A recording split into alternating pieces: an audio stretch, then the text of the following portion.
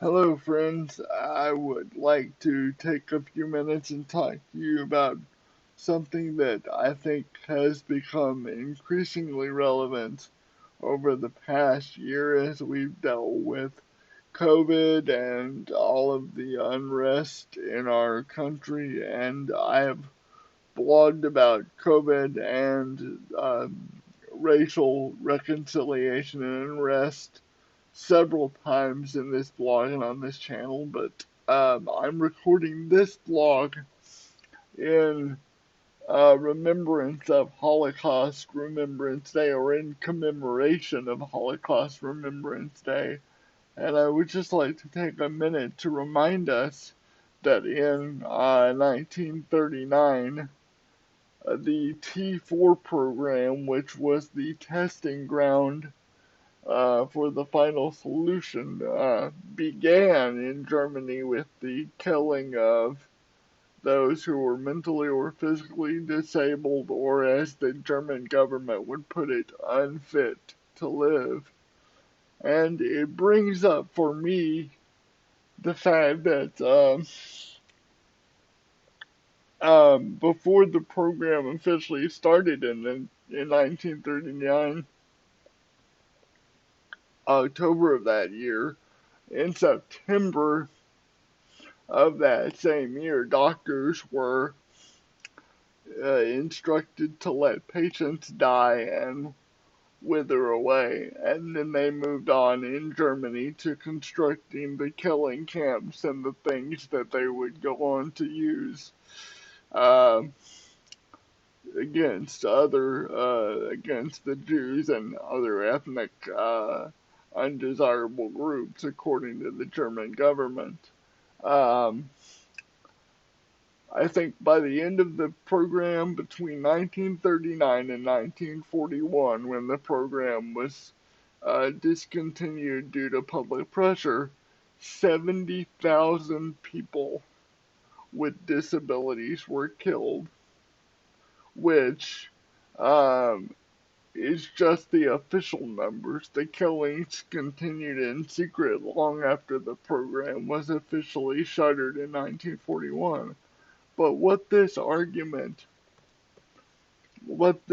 situation, what the T4 program reminds me of is the quality of life debate we still have in this country uh, to this day. We would never allow such open barbarism to occur again. At least I hope not. That is my sincere and faithful hope, that we would never allow such open hatred and barbarism of those with disabilities or any group to occur again.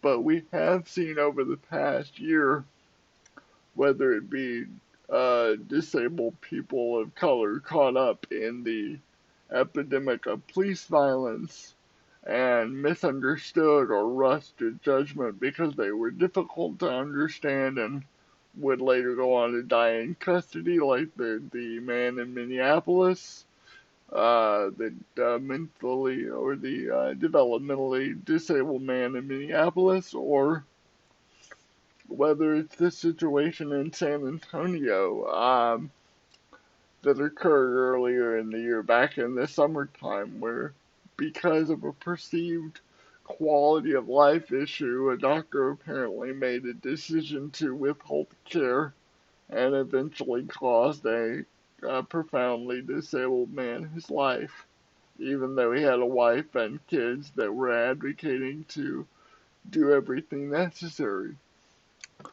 Whenever we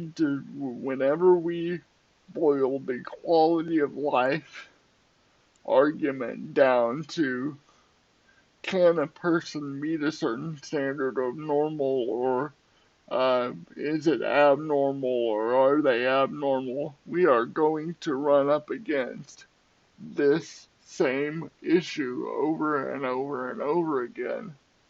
So I invite us as people of faith and really just thinking human beings to remind ourselves that I don't get to determine what your quality of life is. I don't get to determine what your quality of life is based on my own standard.